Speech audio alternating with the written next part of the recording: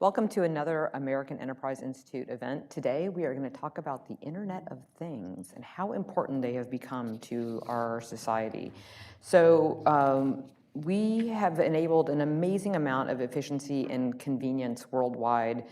And so we're going to focus on these opportunities and challenges to enhance the IoT security landscape. Though the entire IoT product lifecycle has many players, so this is one of the reasons why we have the great participants in today's discussion. So let me introduce you to, starting on the far side over here, I have Paul Eisler. He is the Senior Director of Cybersecurity for U.S. Telecom, where he coordinates a variety of cybersecurity and technology objectives. His team currently has priorities including supply chain risk management, 5G security, the Internet of Things, and a small business cybersecurity. The small business cybersecurity. You'll have to explain that one to me later, Paul. I guess the small business that are using cybersecurity. It's in your bio. Yeah, so we are focusing on the unique needs of SMBs, as well as all of the other topics you mentioned. But I think that the scalability for SMBs is sometimes something that deserves special attention. Okay. We'll work that into the conversation. Alongside his work at U.S. Telecom, Paul also works for the Communications Sector Coordinating Council and the Council to Secure the Digital Economy. Next to Paul, I have Phil Englert. He is the Director of Medical Device Security at the Health Information Sharing and Analysis Center, where he works with medical device manufacturers to improve their privacy and security, and he is a subject matter expert in this area. Previously, he has worked as the Chief Product Officer at MedSec and the Vice President of Health Systems for the Medical Device Innovation and Safety and Security Consortium. So you've spent quite a bit of time in this area. Thanks, Phil. Katerina Megas, I'm so excited you're me able to make it down here. So all the way from Gaithersburg, right? Okay, it's like yes. Actually, I'm down here at the program. You're down, okay, I say. But that's okay. I get the opportunity to talk in groups with Kat a lot, but not actually get to have her on stage, so this is exciting. She is a program manager for the National Institute of Standards and Technology Cybersecurity for Internet of Things program, and has been with NIST for over a decade. She has worked in the private sector for companies like Booz Allen Hamilton, so she has had 25 years of experience in developing leading technology and in corporate strategies for organizations for both private and public sector, and we will spend a lot of time today talking about the extensive work you've done on the cybersecurity standards, so thank you for all the work you put in this space. And then I have Brian Scribner, who's a distinguished technologist and Vice President of Security and Privacy Technologies at Cable Lab. Additionally, he serves on the board of directors of Messaging, Malware, and Mobile Anti-Abuse Working Group, the MOG, as it is known, and is an officer of the board of directors of the Open Connectivity Foundation with an extensive experience in software security, cryptography, and cryptography governance. Brian works with the technology policy leaders on developing and implementing cybersecurity strategies. So thank you all. I really appreciate you being here for this discussion. Getting ready for this, I was looking up, and I believe the numbers I was able to come up with is that currently we have over 13 billion IoT devices connected worldwide with an estimated growth of over 29 billion by 2030. So that is a lot of things that are connecting to the internet. And as we're recording this today, it is election day, so I find that this is the one area where we have become a connected community. So as we work through other parts, IoT and the multiple tiers of technology are one thing that is bringing us together. So one of the things that I think is important for us to start off with is the multi-tiered and the level ecosystem that Internet of Things is, the space that it takes. So we have the devices themselves that are both not only in the commercial market but the consumer and residential market and so we have a tiering challenge that I know you guys get to work with there, as well as the internet or the network connection through either an ISP or a commercial network provider. And then when we look at the international perspective, which we won't focus on as much today, we have the traffic between the continents, which also means there's an ability for there to be a cybersecurity element that is not on U.S. soil. So what right now would you say are the key points of presence that IoT is focusing on? I know we've just done the work at NIST, so I don't know if, Kat, if you want to start with that, kind of our key focus area, in especially the administration's recommendations that came out with this September, I think? Yeah. So the most recent, I would agree, is very much focused on kind of enabling the consumer. to understand what cybersecurity features have been built into the device. Prior to that, I'd like to say also the IoT Cybersecurity Improvement Act of 2020 was passed in 2020, a couple of years ago, and the idea being for NIST to develop minimum standards for IoT devices that are being procured and purchased by the US federal government as a way to potentially use federal government procuring power. Oh, sorry, there you go. That's why I have my connected watch, so I can dismiss calls since I forgot to mute my phone.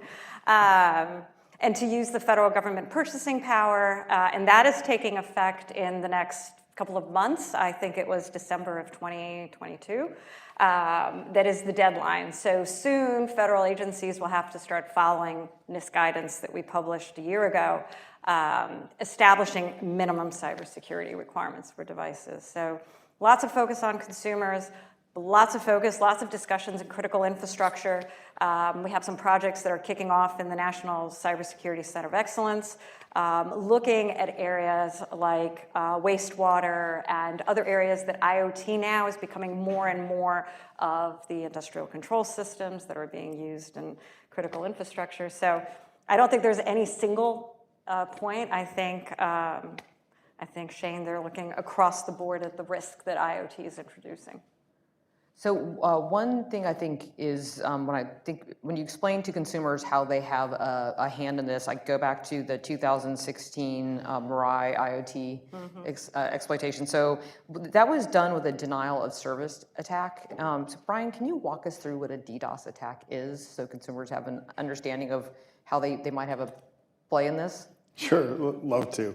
I mean, thank you're on you the for blog. You can definitely do a DDoS attack. yeah. Thank you for inviting me, and you did a great job pronouncing MOG, which is one of those difficult names. I talked to too many get. people who are on it, I think. So DDoS is a distributed denial of service attack, and what you're doing is finding a way to ask a machine so many times for information that it can't respond to legitimate requests for service. So imagine back in the day where we're using wall-mounted phones to call for a date, and if you could call the person enough and keep them on the phone, maybe you could prevent somebody else from calling and asking your potential date out. I've never heard that analogy to a DDoS attack. So I this love is, that. This is keeping them on the line for you so that you can finally work up the nerve. But yeah, so in the technical space, it ends up being a little different, right? And so there are different kinds of DDoS attacks, but the IoT devices that were targeted in the Mirai botnet were video and DVR devices that were connected directly to the internet or had a path easily accessible to the internet. They were hijacked and they were enlisted in a thing called a botnet. So it's when you have a bunch of machines that are slave machines to be able to do your nefarious bidding and the idea of being able to hit those targets. You can also do some things where there's reflection on botnets and you can make a very dramatic increase in the amount of traffic. And we saw some of that with Mirai, and it took down the East Coast when that hit, and we lost a lot of our services that we rely on. This kind of attack is enabled by devices that don't have a level of security to prevent them from being hijacked and used in those purposes. So our job in the cybersecurity space is to look at not just interoperability, to be able to expand and have devices that can talk to each other, but to do it securely. So secure interoperability is the direction that we're trying to go. And DDoS is one of the threats. There are several others I'm sure we're going to get to today, but hopefully that gives folks an idea of kind of how DDoS works. Very helpful. Do you want to add in on that? So I just wanted to jump in because I think there are kind of two interesting points because you mentioned Mirai. So globally, when you looked at Mirai and why it's so important to address this on kind of a global level is that the majority of devices that actually were part of this botnet were not in the US. So botnet and threats, they don't follow geographic boundaries. So if you have a number of IoT devices that are easily vulnerable and you're able to install these botnets on, even outside the US, you can target US systems and affect those. And the only other interesting aspect is botnets aren't new. But I think with IoT, there's just so many devices now that they talk about the exponential growth of, it's not a linear growth, because the IoT devices are growing exponentially, so is the size of these botnet attacks. So IoT is absolutely, I think, one of the critical points we will need to address when you're talking about botnets. So speaking of devices, I think you're going to get a new If I could microphone just jump here. in real quick. Yeah, go I ahead. couldn't agree more with what Kat said. I mean, the organization that I work with, the Council to Secure the Digital Economy, which is 15 global companies that are devoted to solving problems in this space, they were actually formed as a result of the Mirai attack, which was just described. And what we do, our anti-botnet guide, at the very beginning of it, it says the International Anti-Botnet Guide, because our goal when we took this to the United Nations and when we have been shopping this in venues around the world is to say this is a collective action problem that can only be solved if you have different countries cooperating. So I just very much want to underscore and foot stomp on what Kat said. Please, Phil. Go. Join in on the conversation here. So the botnets are an interesting challenge, right? If you think about, and we really didn't talk about what IoT devices are, but their unique characteristic is that they can interact with the environment. They can either act on the environment or sense the environment and respond to it, right? And so our dependency on these elements mean that when we have denial of services, things that we get used to, right, are no longer available to us. And it affects the quality of life, it affects the speed of business, right? And it affects, our trust in the social fabric. And so these need to be addressed and protected.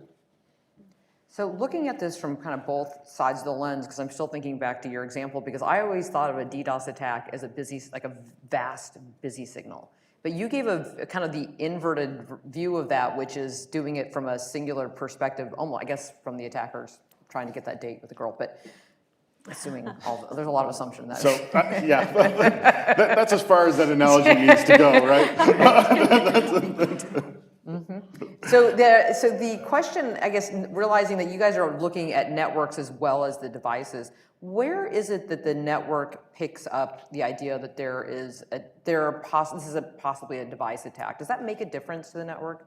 So you can figure out where you eventually, there's something that is chatter in the transom, and depending on how big your network is, you might be able to wash that over and do some diversion, or is it something that you're just like, okay, we're going to have to actually, like you mentioned, I love the way, since you're in Colorado, having something happen on the East Coast almost sounded like, we heard you had a nuisance out here. The East Coast went down for a while. Sounded rough for you guys. So so let's step away from the individual devices for just a minute and talk about the network operations. Can you tell when it is a device attack versus some other type of attack? Yeah. Yeah, So I'm happy to jump in on this. So when traffic comes in, the way networks are set up, there are peering points. So one network talks to another network, and at that peering point, all the traffic is transiting. And you can look to see, wow, there's a whole lot of traffic with a single destination. And in that spot, you can do some things called scrubbing. Scrubbing's very intensive, it's very expensive, and it can't solve all of the problems. And there's a lot of peering points, and you can't always map all of those. So as this traffic comes in, there are services that are available to be able to subscribe to, where you can see, oh, this is a current attack that's happening, so look out for destinations in this space, and you can, if that's within your network, you can do some things to drop some of that traffic. But it's not foolproof, and it's not inexpensive. And so you go back to why do you even have to do this? Well, because there are so many devices that are out there. Well, why are there so many devices? Well, and why is that a problem? Well, because those devices don't necessarily come secured. Okay, why is that a problem? Well, if they're not secured, they're vulnerable, and there's so many of these devices. We started this panel with just the raw number of devices that are out there, and if it's an easy target, then we can have malicious actors scripting attacks and taking control of a lot of these devices, and they may even behave normally during the rest of their time, so you don't know the device is actually infected until it's time for that botnet. Now, it used to be that those DDoS attacks were gamers trying to stop other gamers from being able to compete online. And so it felt a little like, is that really a problem, right? FBI statistics have now shown that gaming is the third top activity. Number one activity is organized crime and paid for ransomware DDoS. And the number two is organized crime demonstrating their capabilities for ransomware and DDoS. So it's a very,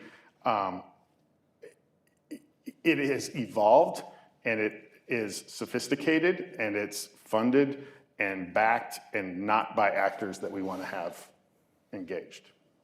So not having security on these devices, there are more people thinking about this than I realized. I was thinking as the consumer, when you go home and plug something into your system, you do not think about how much back-end networking has to take place for that to happen, or the people that actually had to think about all the things that went into the box to make sure that when I open it, I plug it in, it works, and I don't think anything else about it, and hopefully all goes well. I mean, as a consumer, we're designed for that way, but it's part of the challenge. Yeah. So one interesting point you just made about the device. When we started out the program, and my leadership came to me and said, "Hey, Kat, lucky you no longer do identity, now you do IoT, go and do good things." We focused on the device because the device seemed like the new thing. But I think your point, and I think we have to make sure we don't lose sight of the fact how everything is interconnected. And consumers buy a product and they bring it home and they buy the box off the shelf. But the reality is that the product is often more than just what they have installed at home. Often there's a mobile app that controls access to the device. It lets you get access to the data on the device. It might let you turn it on, off. Often that device is connected to the cloud. We did some early work looking at kind of IoT, and surprisingly enough, often it's not the mobile device that is connecting directly to the device and your mobile phone or your mobile app. Many times the device connects up to the cloud in a back end and then back down to the mobile device and the app on your mobile device. So you're really not in control, even if you think you are. Exactly. So we really need to be thinking, I agree about the whole ecosystem. Yeah. And I know everybody says we need to build security into the device, but very early on we said it's not just about the device. Cybersecurity professionals, this is an old term, defense in depth. But this is the same here, right? You can't just expect the device to be secure because it's so interconnected. In the NCCOE, which I mentioned earlier, we were looking at a project called device intent signaling, which is that the device can send out a message to routers and say, I am a light bulb. The only thing I should be talking to as a light bulb should be the following, back-end address, let's say at the vendor, and I shouldn't be talking to the thermostat in my house. This light bulb shouldn't be able to talk to other things, right? So I think truly there has to be an ecosystem approach, and we have always cautioned, let's not just say that, responsibility for cybersecurity is, on the manufacturers of the device. It really is an ecosystem. So if you're in a industrial area or an enterprise, I could see the gating mechanisms you could put in to use so the light bulbs don't talk to the thermostat. Is it possible to do that in our homes currently, or are they just chatting to each other willy-nilly if they choose to? So they're designed, right, to chat with the appliance that allows them to connect to the outside world, right, and transfer the data, right? It is through nefarious activity, right, that somebody comes in and finds a tunnel from one device to another. And this is a huge challenge in healthcare, right? In healthcare, technology and medical advances in medical device technology, are amazing, right? But they build them first to provide a clinical functionality, right? And it's like, can we do this and can it benefit patient care, right? When I was young, right, none of these devices were connected. If a hospital had 7 patient monitoring systems, they all ended at the end of each department hallway in an equipment closet, and they were not connected to the outside world. CardioPax, was under the cardiologist's desk, right? And that's where it ended, right? And so it wasn't until we began to connect these devices, to have that capability to connect to the outside world, that we created, right, an opportunity for people to take advantage of it.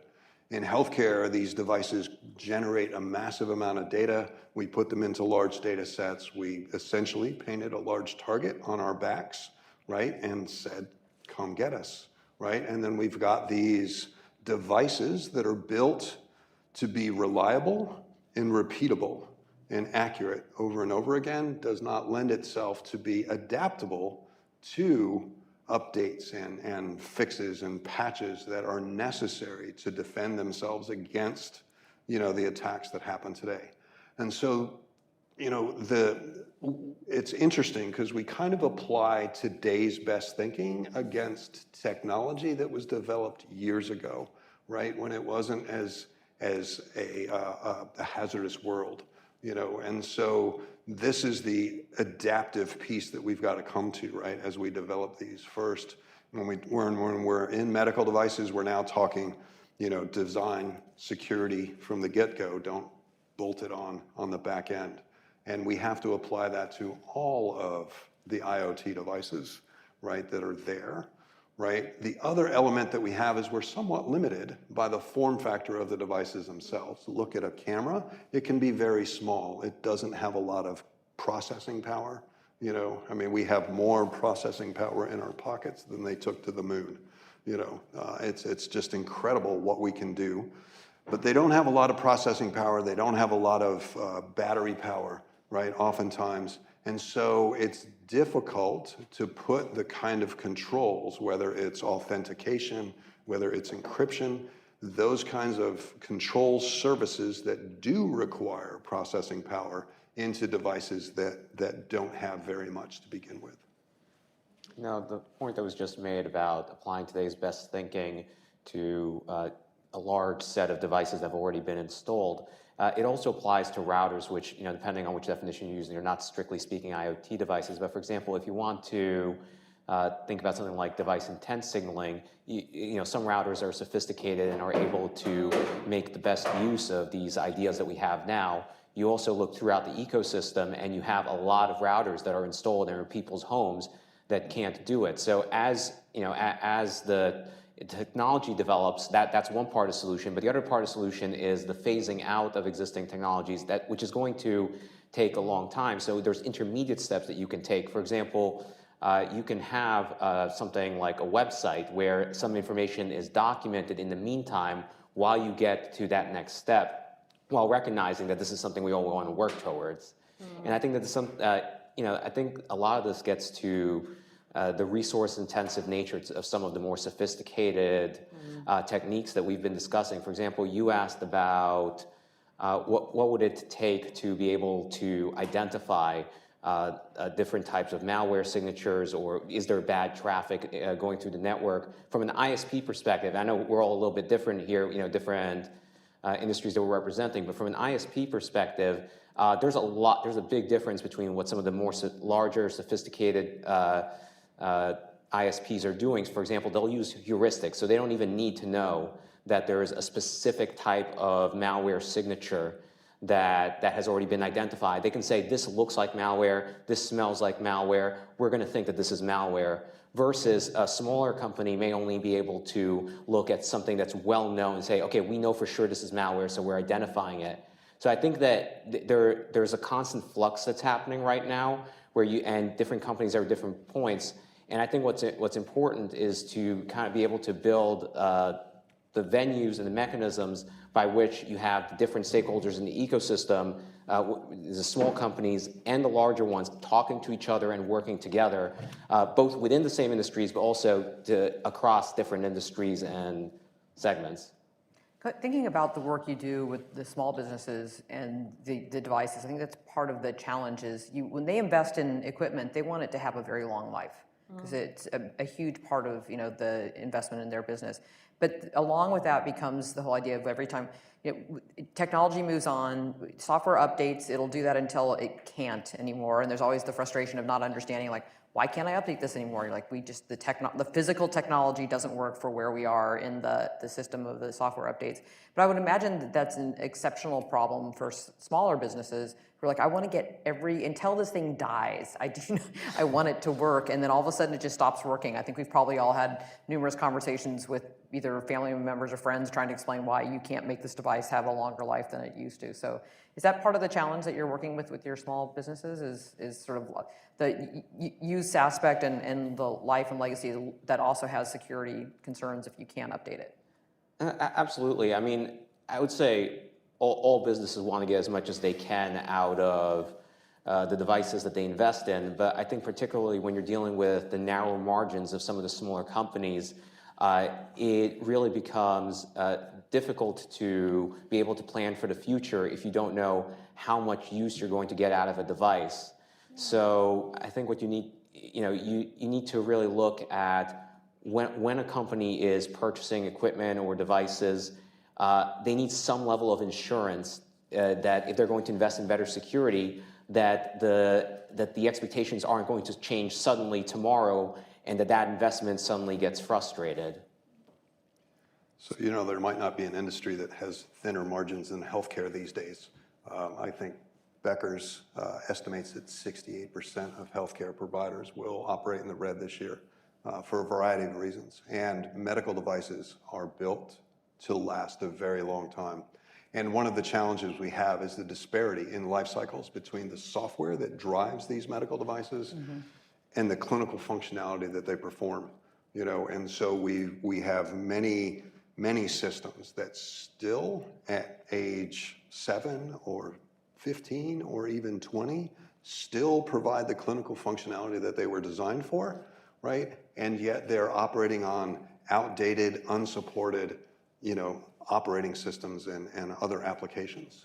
The other thing that we see, and I imagine that this is not unique to healthcare, is the MAD activity, mergers, acquisitions, and dispositions, right? Where companies change hands on a routine basis or on a regular basis, and you lose some of that intrinsic, DNA knowledge every transaction that happens, and it makes it more and more difficult to support these things into the future.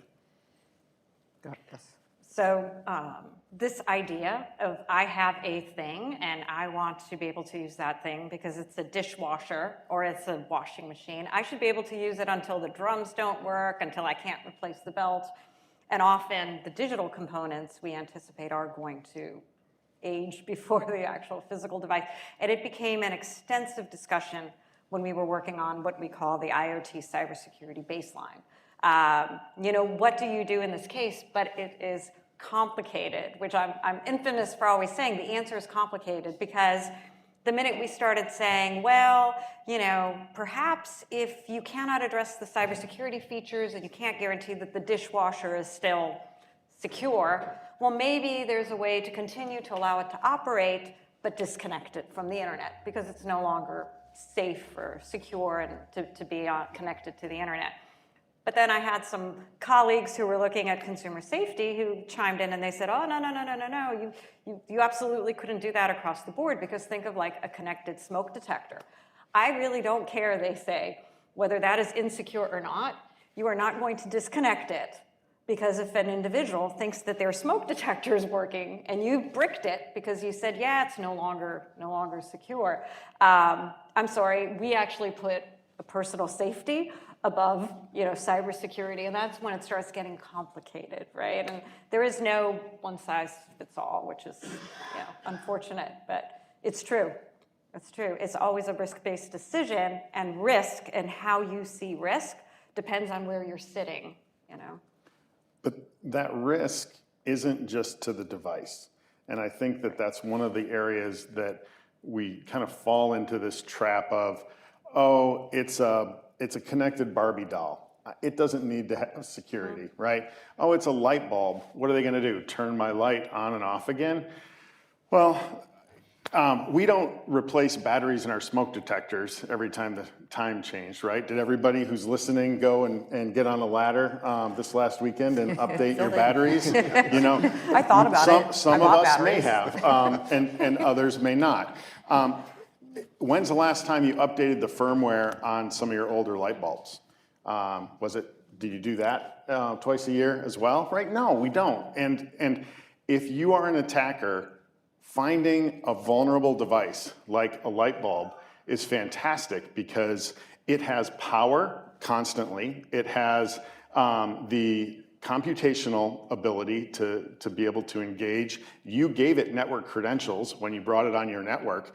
That device is a fantastic landing spot to be able to launch all kinds of other attacks inside the home. So it really does come back to the devices, and what we're trying to protect is the network, but we can't rely on the network to do the protection. We have to start at square one. We've got to be able to look at those devices and say, hey, we don't want to have these vulnerable devices or as vulnerable. And that's where industry has really engaged. We see CSA and Matter coming forward. They've got their specification and open source solution to be able to give to the community so that there aren't people left behind. Here are those small businesses. Here's how to make your devices more secure and how to make them securely interoperable with devices from 500 other manufacturers, right? Same thing that we saw happen with Open Connectivity Foundation. There is a specification and an international standard, test labs, a mark to be able to show, hey, you've engaged, you've met the security criteria that 450 of the largest companies in the world got together and brought their cryptographers into a room and said, here's what we need for security for these devices. Industry is doing great things. The Wi-Fi Alliance is moving forward. The IETF is moving forward, IEEE. All of these groups have made great strides in making this technology available to businesses and engineers who want to get their devices securely interoperable with others. And I think that's the mark that we're really shooting for, is how do we get some industry-led initiatives to really make a difference on the consumption side, right, and the supply. Well, and you brought up something interesting. It's actually the step before that step, which is the government is trying to lead by example by saying we're thinking about what we're attaching to what devices we're buying, and what are the criteria for that to even be a purchase decision, because it is going to get connected to the network. So, you know, and the idea that we aren't doing that mostly at the individual level, but you know, certainly in certain business ideas, like again, the plug and play makes it very easy. You go in, you stick this on to a network, it runs. You're not thinking about it because the network's just a bill you pay. You know, it's the wires are there, the wireless. So I think it's very interesting to see the government leading on this. And so let's talk about the Energy Star concept that has just come forward. The thing that has always concerned me about this issue, even though I think it's good that we're moving forward, is the idea that something is going to feel safe because it has some sort of emblem on it that will say, I've passed some of the standards tests that Brian's talking about, but will it still be valid when it comes out of the box and attaches to the network? And we talked about this a little bit in our prep call. I was always like, it's static. The emblem is static. So like, how do we work around that? So talk about what you guys ended up doing with what I'll call is like kind of a nutrition label. Yeah. So I think so. A couple of things. I know that the term kind of Energy Star has been, discussed. And when you think Energy Star, you think 1, 2, 3, 4. I think NIST, who was tasked in the Executive Order 14028 to pilot a label for consumer IoT devices, we looked at it and we said, rather than out of the gate trying to identify 4 levels of security and trying to imply that we understand that a 4 is better than a 1, and that a consumer should be able to discern when a 4 is needed and when a 1 isn't needed. And I can talk quite a bit about kind of how I see that as potentially stifling innovation by having these kind of 4 levels and driving consumers to always want the 4th, because they always think the 4th is better, even if the 4th level isn't necessarily needed. The fourth level is the most secure, if I'm The understanding. 4th being the Okay. most secure, but do you always need the most secure? Do you always have to be paying for the most secure, right? And do we really want to be driving consumers to always thinking that they need the most? Because there is some cost involved in always building something. And in a past life, I used to do CMMI certifications, and I always used to say, that's great. It's great that you want level 4, but unless you're NASA, you probably don't need CMMI level 4. Are you sure you want to pay for it as a customer? It's easy to write it into an RFP, but not everybody realizes the price tag that goes with it. So that concept around, whether it's like 4 tiers, I think that's kind of something we're still trying to figure out. Very valid point. We can only say in standards, this is what we know at the point that this digital product went out the door, and what happened after that, we can't necessarily talk to. One of the things is we introduced in the baseline this concept of what we call non-technical requirements as well. So while there are technical criteria that we say here are the things that the device should provide in terms of cybersecurity, we also are saying that the organization and the manufacturer, there are certain things they should do. They should have a process in place for how they collect information about vulnerabilities. They should have a documented process for what they will do when they learn about those vulnerabilities and how they will address those vulnerabilities. So while it's still no guarantee, we understand that security isn't static, and there are processes that an organization can put into place. And the third thing you mentioned was the nutritional label. Again, NIST wasn't able to conduct, widespread, research into this, but we felt that your consumer probably needed some sort of simple understanding of, yes, this product meets the baseline, or this product doesn't. We at that time thought that putting actually on the device a nutritional label where a consumer would be expected to potentially look at, hey, this encryption versus this encryption. I'm sitting in Best Buy and I'm trying to figure out, okay, so for this camera, is this the right kind of encryption, or is this? So we said, look, on the device, we think there should be a simple mark, what we call binary. It either meets it or it doesn't meet it, but we do believe that there needs to be a digital representation as well, and somewhere that the individual or the consumer can then, go to some website and actually, perhaps there the nutritional label would be more appropriate, because then security researchers or other organizations that are, or perhaps these people here would actually want to go to the website and see, okay, what exactly is in this baseline and what exactly is this device doing? And that could be maintained. And then there's this idea now of dynamic labels, right? And by putting things online, you would be able to have a more dynamic label and keep it up to date over time. There's lots of ideas, but I think each one of them introduces challenges, right? If there's a dynamic label, you put a product out and you manufacture it, it might take 2 years until somebody buys it. What happens in a secondhand market? How do you then start comparing things? It gets messy. Right. There's an assumption there that it is kept current, Correct. which is not always the case. Yeah. So when we were working on RFID tags, there was always a hope that you could go in and you could scan things and know more information than what's just on the little Wouldn't that label. be great? But everybody was like, the assumption there is that somebody's going to take the time to make that accurate information. Good point.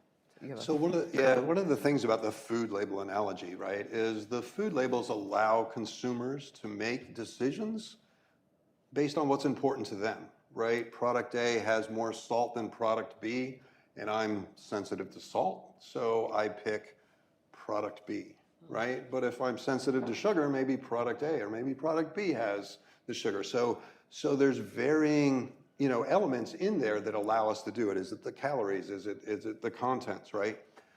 Energy Star is a single thing with a scale of 4, so that doesn't necessarily do it because cyber is multi-dimensional, right? And they always talk about layers of defense. So how do you then make it easy enough that people can pick what is most important to them and make decisions based on that?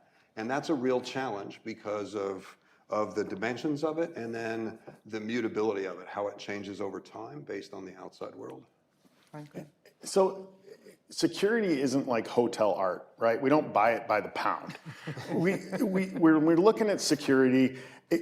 You want some lens, and I love this discussion, and I love the NIST 8425, the baseline, and the.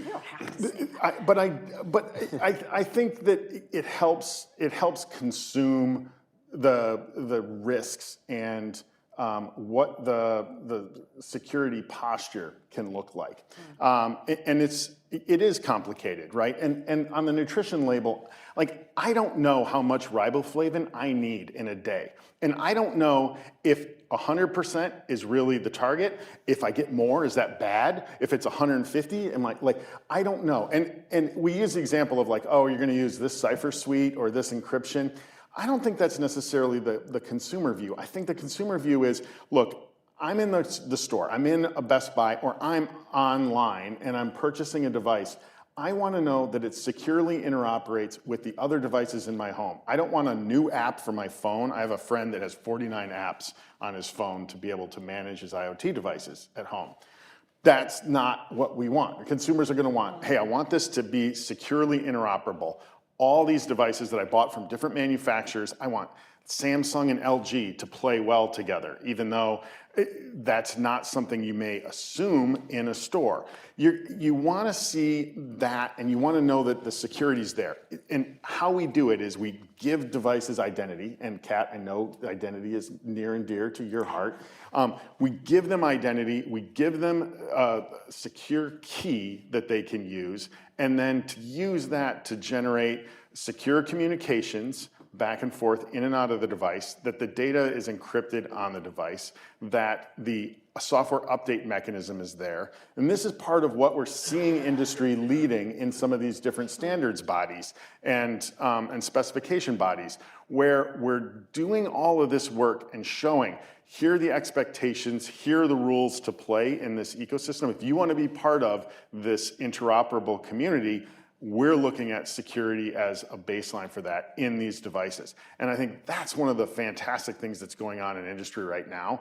And it's one of those areas that excites me. I want to see that in healthcare as well. And we were talking ahead of this about the Center for Medical Interoperability and the work that they're doing, trying to say, hey, these devices need to talk together. When you have somebody in the hospital and you go visit them, and there's a cart with 20 devices that are on this cart, and there's a beeping that happens, and you're like, God, is that a good beeping? You know, I don't know, right? And the nurse knows, but they're magical, and they know that's a good beep. The bad beep sounds like boop, boop, and so that's the one that you want to pay attention to.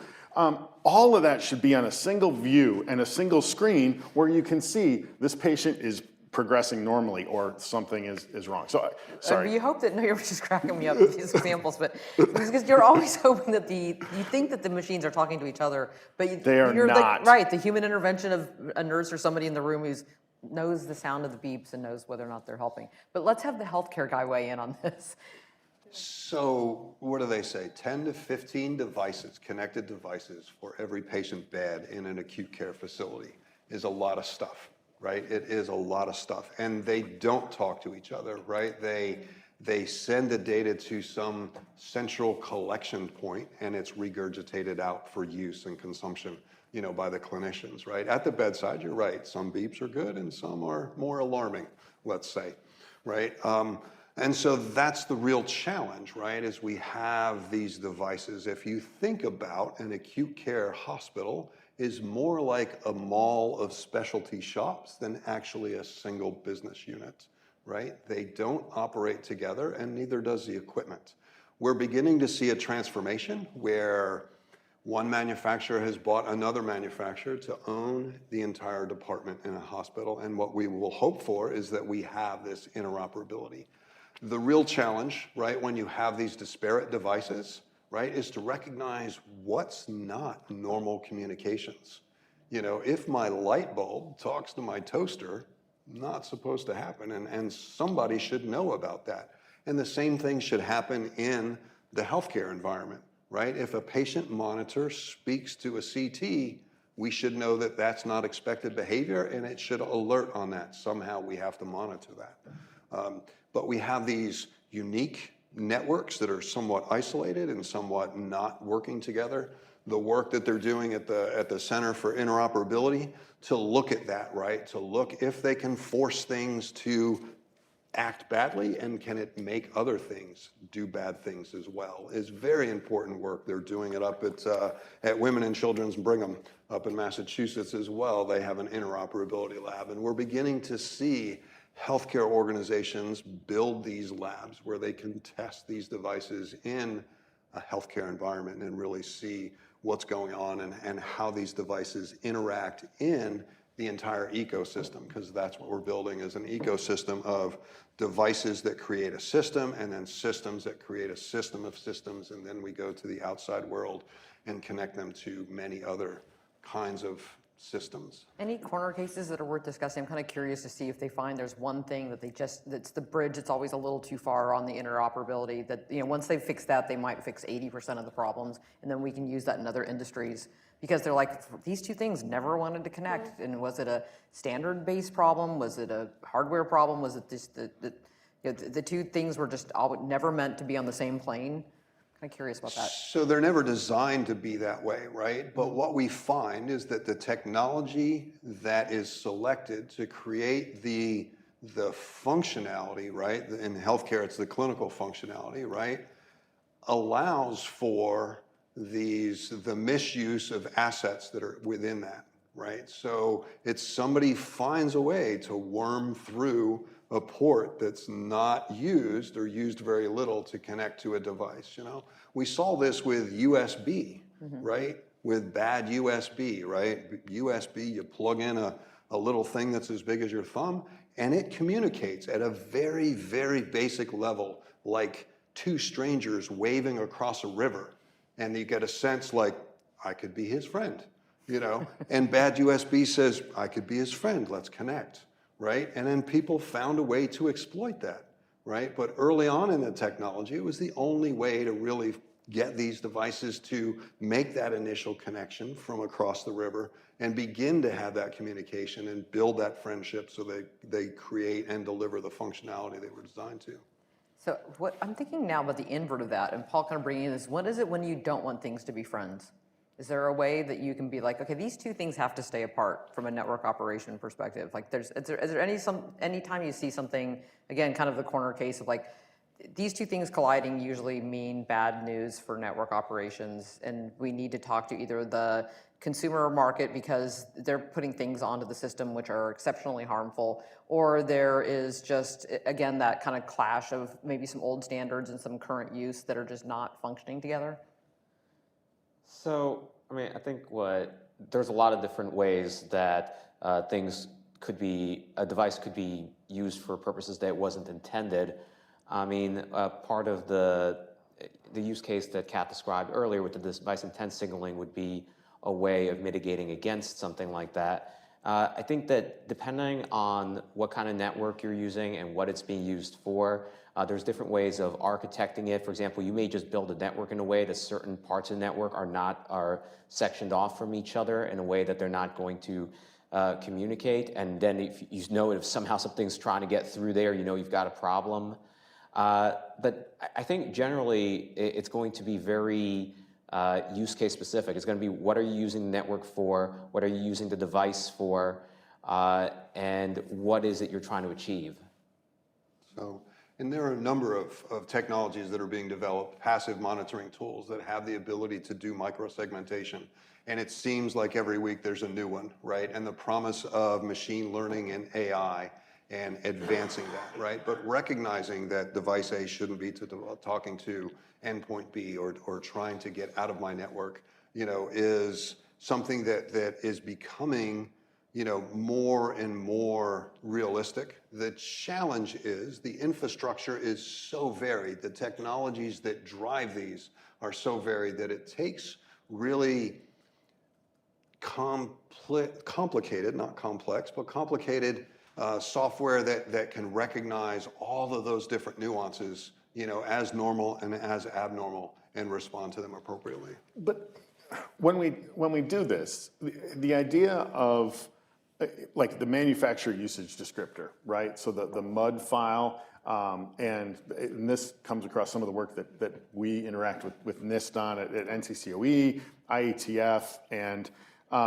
the MUD file is an interesting bandage to a problem, and it helps control the bleeding getting on other things, but it doesn't fix the problem, right? The problem is, hey, we had a vulnerable device, and it is now acting maliciously. So putting the onus on the bandage to keep everybody else safe isn't the way we want to solve it. We want to treat the real wound, right? We've got to go back to, hey, we've got to look at these, Defense in depth. Gotta do 'em all. but it's not, I don't think this one is really a defense in depth concern. I think that puts a weird onus on somebody else to solve a problem downstream, because there's not that, for a manufacturer, there's not an economic driver to go back and necessarily update that device. Right. And that's an interesting externality that shouldn't be borne by the rest of the industry. We need to kind of bring that back and say, hey, this device, if you're building a refrigerator, that refrigerator should last 12 years. That's the expectation, or whatever you say when you sell it. Hey, we're going to warranty this for 10 years. Great. The software should go with that, right? You shouldn't turn off my fridge 2 years in because, oh yeah, we're not doing that anymore. And this is back to the manufacturer for these devices saying, hey, here's some transparency for consumers to be able to see in here. And the MUD file's great to be able to help, but it's not the end-all, be-all, final, greatest solution. Absolutely not. Yeah. Absolutely not. But also, if you've But it been is around great, by the way. So no, that's okay. yeah. I mean, NCCOE, if you've been in cybersecurity for a while, I think you would probably agree. The only thing that is absolutely secure is the thing that is not connected, right? And even then, it's questionable. Which is why I always say, I think there is Stuxnet. no silver bullet. We are not going to be able to put the entire onus on the device and say, you shall be secure. Because I think it will take different parts of the ecosystem. Because Right. There at are some other point, opportunities. there will be, yes. But we should try to push to absolutely. root 8425, and try and get absolutely. stuff. I agree with you on that. No, I mean, I think like one thing we could probably agree on, for example, NIST came out with a core baseline. A lot of industry verticals, we have industry or sector-specific baselines that build on top of that. So we would expect that anybody who's deploying in this space, at the very minimum, meets the baseline expectations. Now, we understand that there are things that could be done on top of that it is a whole of ecosystem problem. And I can say I work very closely with a lot of the larger manufacturers, and I actually do get, and I say this as someone who represents ISPs, so it's not like I'm defending my guys. I actually really do genuinely get the impression that a lot of the larger manufacturers, they are on top of security. They really are trying to make a positive difference. Where I think that we run into issues is you have a ton of smaller players in this space where the economic incentives are very different than some of the larger established brands. And also, there are a ton of these that are already out there in the ecosystem right now. So, I think focusing on those problems is where I think we need some really good creative thinking. Yeah, there's a path in this where, hey, there are devices that are out there now. How do we do micro-segmentation to be able to lock those down? Cable Labs has some great work on micronets and being able to keep devices from interfering with other devices or being threats to other devices. Yes, things like that do exist. The comment that you made, though, about the manufacturers, I think this is absolutely true. We are seeing in places like CSA and Matter, places like OCF, manufacturers of their own accord coming forward like, hey, we want to increase security and we want to do this in a way that's interoperable and that everybody has this available. the proof in the pudding on this one is, hey, here's the open source solution that implements how that security was built so that you can give it away for free to those smaller entrepreneurial companies that say, if you have a conversation, if you are the CTO of an entrepreneurial firm and you have a conversation with your CFO and that CFO asks you, how much is security going to cost me?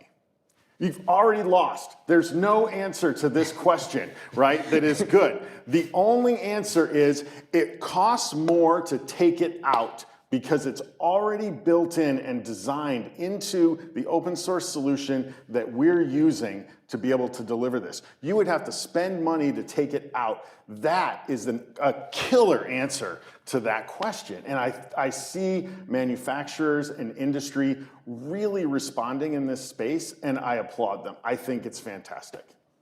So do you, especially, Kat, do you feel like the industry has a market-driven incentive to be best in class in what they do, or do they need the government to nudge them along in certain industries, or how? I mean, I realize we've talked about every possible device, all 13 billion of them. Yeah. So there's a tiering process here, but is there? I mean, it seems like in the beginning there needed to be conversations about cybersecurity, but you've just brought up a good point that you're like, it's already, the device is already in the system, so the best thing we can do now is make sure it's secure because we can't get it out of the system. So how do we make sure that the layers that we put around it are as secure as well? So I realized I just asked two questions, but. Yeah, so I kind of agree. I think we can't characterize the entire market, right? I think there are many, many, many manufacturers that are already doing the right thing for their own reasons, right? And whether it be, and there are many large manufacturers that have the wherewithal to do a lot of that. I think one of the characteristics of IoT, though, is that there are a lot of smaller, innovative kind of players that are just now entering the market. And one thing I've been listening to, and it's been coming up more and more as a theme recently, is I think we can all agree that there's a lot of discussion that there just is a shortage of cybersecurity professionals, right? And as we're talking about this, we shouldn't kind of forget the human element in all of this. We are going to come up with the best cybersecurity solutions here, but we need people to build them. And it was hard enough to hire cybersecurity professionals when we were just building just plain old digital products.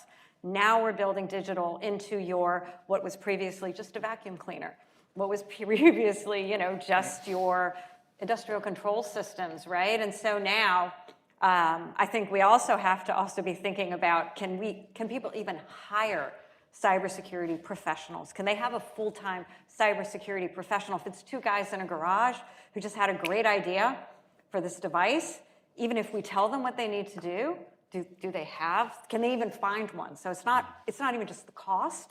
Again, it's complicated, but there's so many aspects to this, huh? That's the stack they can already use to Absolutely. say, here, plug this in and then add your vacuum cleaner function here. Right, and make that available. So that's one of the. Brian, so if you work on that. Yes. Yeah. All right, you guys have been a great panel. Just you, it's fun, but we need to go to questions. But we're going to start in the room for those who are in the room, and then I've got questions from online. So, anybody in the room got a question? We have one up here, Matthew. Please identify yourself. Thank you, Brian. You were talking about the need to kind of shift focus to device manufacturers and the importance of identity and some of the standards that are out there today.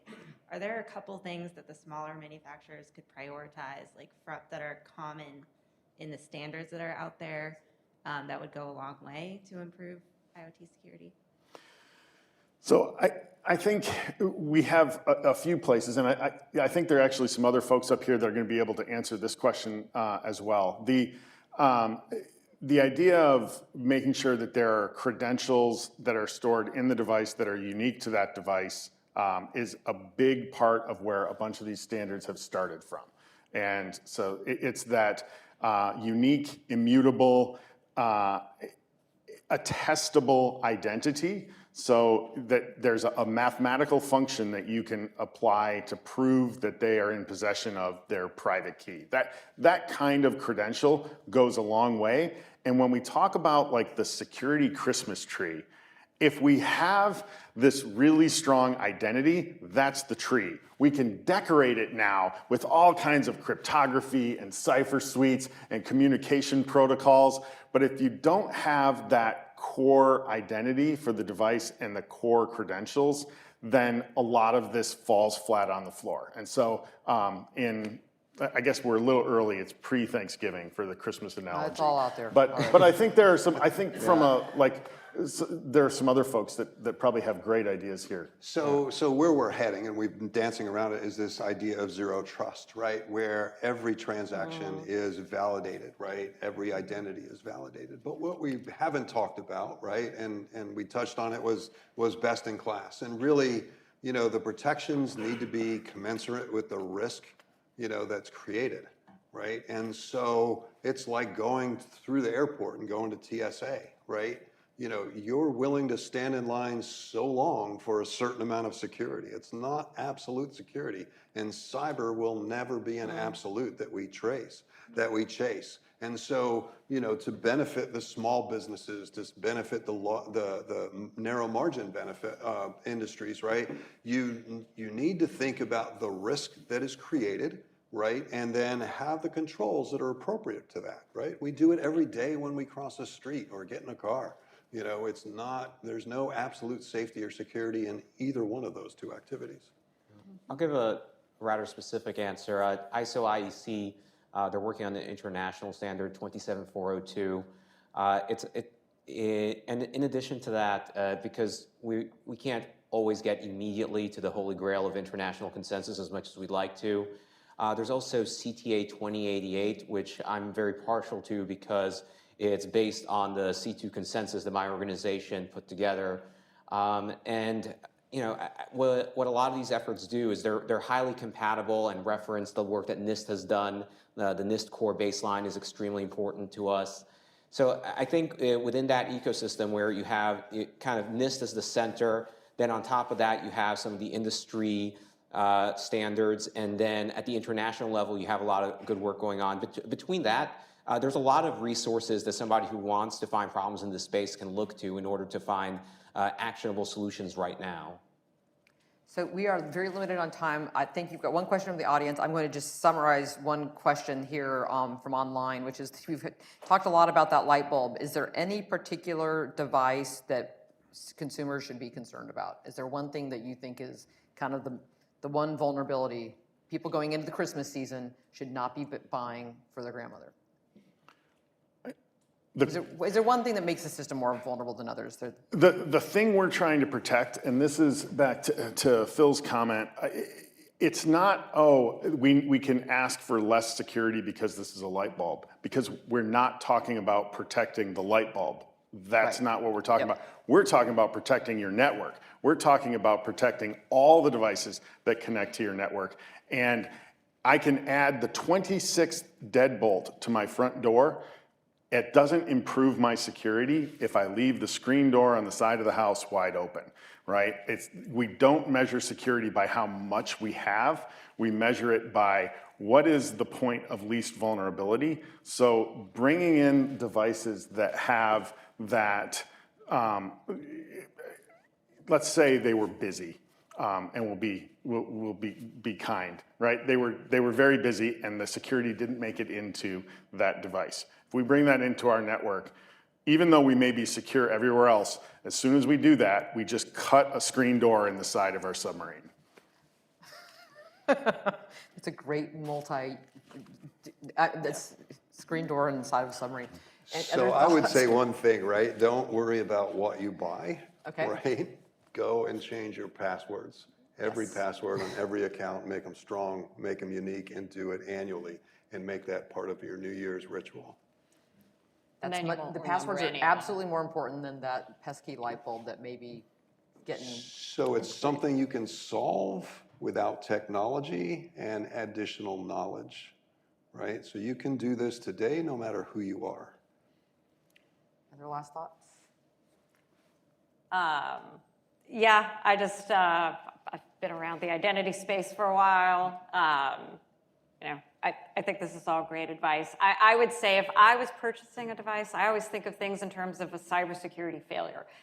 I agree. That's why there's a baseline, because your light bulb may actually give an attacker access to your home computer and may hold for ransom your pictures or get access to your IRS returns that are on your home computer. So there's the baseline, but then you can also think, okay, if there's a cybersecurity failure, what is the impact? Is the impact to my privacy because somebody's going to be able to hack into my cameras and going to see me dancing around in a private moment that I don't want anybody to see? Is it going to be, hey, if there's a cybersecurity failure, this could actually harm me because it's a, I don't know, it's an electric, knife that potentially could just go haywire. So again, that's why there is not one size fits all, and that is why putting the onus on the consumer is something that we're still thinking without a strong consumer awareness campaign to educate the consumer.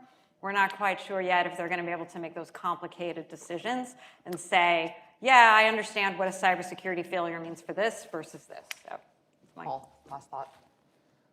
Last thought is that there's a lot of work that we've done to develop baselines. There's a lot of work that we still need to do to reach international consensus. Great. Well, please join me in thanking this amazing panel for a really good discussion.